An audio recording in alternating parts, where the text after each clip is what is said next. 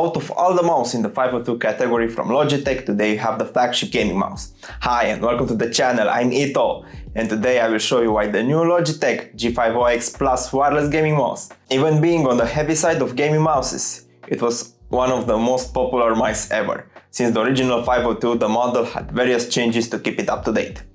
Out of the box, the mouse keeps some of the design elements of its predecessor and also improves on them.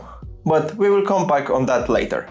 You get the low-profile wireless dongle for light speed connection, DPI switch cover, charging cable, and the USB-C to A adapter, and of course instruction manual. But who reads them anyway? You can remove the bottom cover and store your USB dongle for the mouse, and you won't have to worry about where you put it. The programmable buttons are the left right click, the mouse wheel, all the side buttons, and the two buttons that you see on log, the main button on top. Those are DPI up and down buttons, the hyper scroll lock button. They have gotten smaller, they have gotten lighter, they have gotten heavier, they have gotten lighter, and they have gotten lighter again. But that doesn't stop Logitech from refining the G502 series from time to time and bringing us a brand new family member into their lineup. So checking it out at first view, yes, it looks very similar to the G502. We do have this integrated RGB light strip on top, which sort of breaks up the shell on three different parts. Gone is the RGB behind the Logitech logo, the surface has a smooth matte texture, the thumb rest section is still rubberized and now with a more simple looking line. The scroll wheel still has the hyper scroll. So that's a thumb up from Logitech. If you want to go crazy, just map it to a semi-automatic rifle and go full auto with it. For the sniper button, that's now removable. The sniper button can pop out. It's kept in place by these two plastic mini legs and a tiny magnet. And if you don't want this sniper button, you can swipe it out with one of their non-clickable rubberized button, which pretty much deletes it. Worth noting, by the way, that sniper button, it's now reversible. So you can now face towards your thumb or out if you have bigger hands. You still have that hyper fast scrolling, but the materials are now lighter and less metal. The empty space that was present between the left and right click, like on the previous models, is now being filled in by this piece of plastic. So you have less of those aggressive sharp angles along the top. Then lastly, for some of the physical changes, we finally have a USB charging port. A perfect world of only USB-C charging ports comes closer with each new product release. Then for the fit underneath, no more of the standard scratching Teflon. It's now 100% pure PTFE fit for less friction. And then a more smooth glide. The mouse has a very ergonomic shape. If you really like details, the mice dimensions are in the description and the weight is 103 grams on my scale. The mouse does not feel over 100 grams even if it is. With the 502X Plus, we are introduced in the FPS boost gained by RGB light, plus 5 FPS if you have it on, minus 15 if you have it off. That's obviously a joke, so treat it as such. Comparing it to the 2019 model, we have a brand new hybrid optical switch that are super satisfying, crispy and tactile. I'll do a sound test for you now.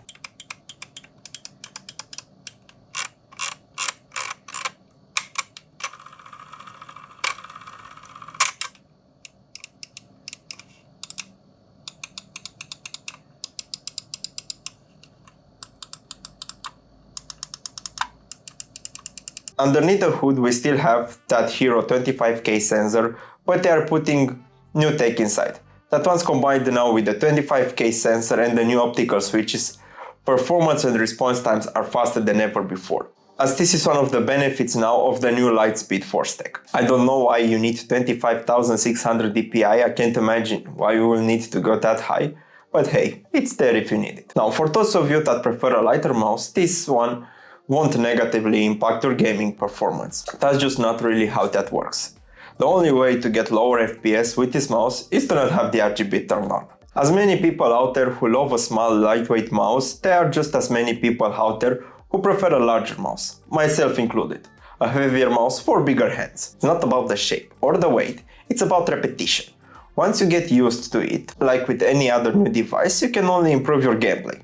Whether it will help you win all those matches that you enter remains to be seen on your skill level. I can't say that I noticed a faster response compared to anything I have used before from other brands or the previous 502 mice. They are using a new sensor and wireless tech, but these new tactile hybrid optical switches, they definitely feel nice. Will you feel the difference compared to the older 502? No, you won't, unless you are a machine. The bigger difference are just the switches. Battery life is also pretty impressive. Logitech claims up to 37 hours of constant gaming time with RGB turned on, and if you turn the RGB off, you can expect up to 130 hours. The new version is also available in both black and white for those who still think that a white setup is better than a black setup. Both colors on the mice look really great. One of the other features of the mouse, it works with Logitech Power Play system. This is a separate purchase, a mouse mat, which essentially is a wireless charger for the mouse, and that, on short, will constantly charge your mouse as you use it, and there will be no need to charge it anymore. Now, let's go in G-Hub and show you the adjustments that you can make. So here we are in the G-Hub software, and when you go in the mouse, you will see a variety of different settings, like DPI, where you have 5 different profiles that you can change separately by color. And the color of the profile that you are using will also be shown on the mouse. You have a 1000 Hz pulling rate, so you can see it on the left. After you enter the customization options, there are so many from where you can choose everything at your preference. You can still create different macros to each of the buttons. You also have onboard memory. For RGB, you have 8 different light zones. We can choose various modes and cycles. It's a nice touch. You can color it by yourself, or you can choose to do so. The RGB is a bit pointless because when you hold the mouse with your hand, you don't see any of it. Speaking of RGB, here are all the modes.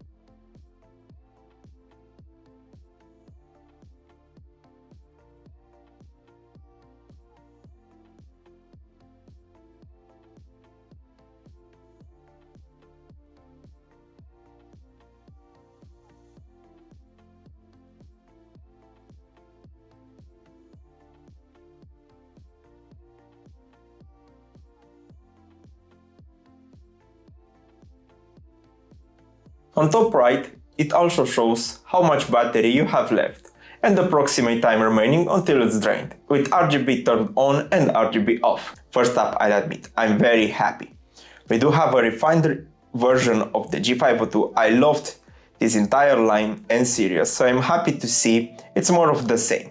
But like I said, sort of a more modernized and refined for the new model that drastically didn't change the mouse that much up. It's still one of the top selling mice in the market, so happy to see a new version for it. Let me hear your thoughts down below. Regardless, I'm happy to see the G502 is still alive after all these years. And guys, that will wrap it up for my look at the brand new G502 Lightspeed Plus. Hope you all enjoyed. If you liked this video, give it a big thumbs up, share your support, feel free to subscribe, and lastly, leave a comment.